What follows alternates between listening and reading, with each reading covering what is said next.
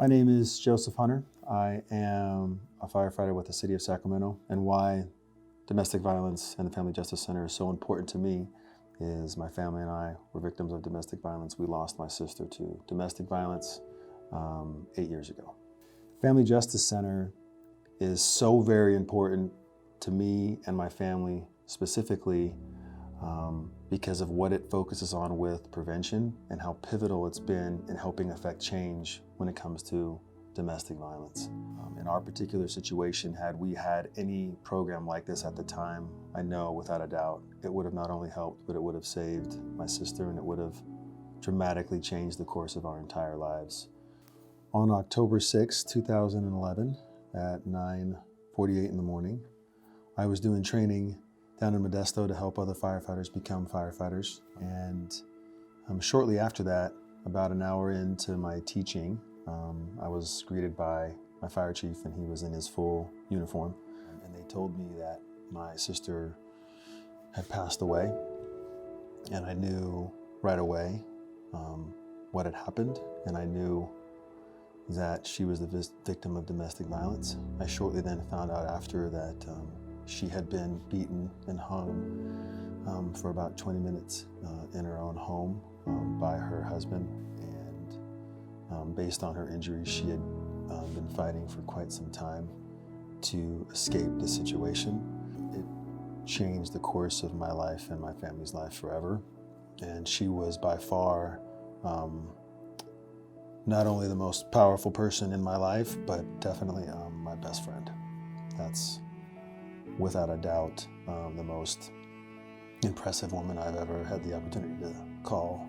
Not only my best friend, but my big sis. So, no one is truly free because the odds are you either know someone or someone around you has been affected by it at least.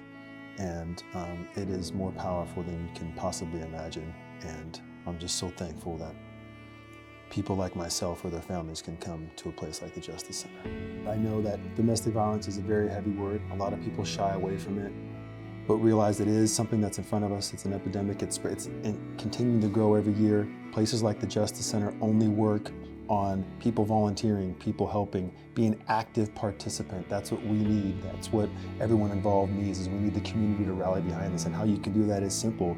Just make that phone call, whether it's volunteer, whether it's a donation, whether it's bringing by the family and seeing how you can support, or just being an advocate for the program itself in your community, letting people know it exists, letting people know where it is, letting people know in the joy of what it's accomplishing in the community and how successful it is. By doing all those small acts of kindness and sacrifice really helps build the foundation to create a platform for a program like this to excel, and it doesn't happen without the community buying into it and truly backing it.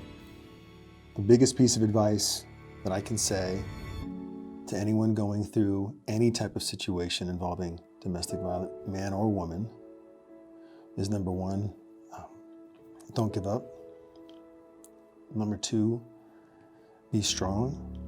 And number three, please reach out for help. You will not be judged. It will get better. And at the end of the day, don't forget that you're still a good person, and just keep fighting. Organizations like the Family Justice Center being extremely proficient, determined, and the people that they have behind it, pushing this in the direction that will always affect change. And when the community sees that, it's impossible for them to not want to be a part of it. And I'm just so thankful that not only that the people involved have dedicated their life to it, but that the community itself sees the goodness behind that movement and is willing to do anything to support it. Because without both and that partnership, we really can't be successful.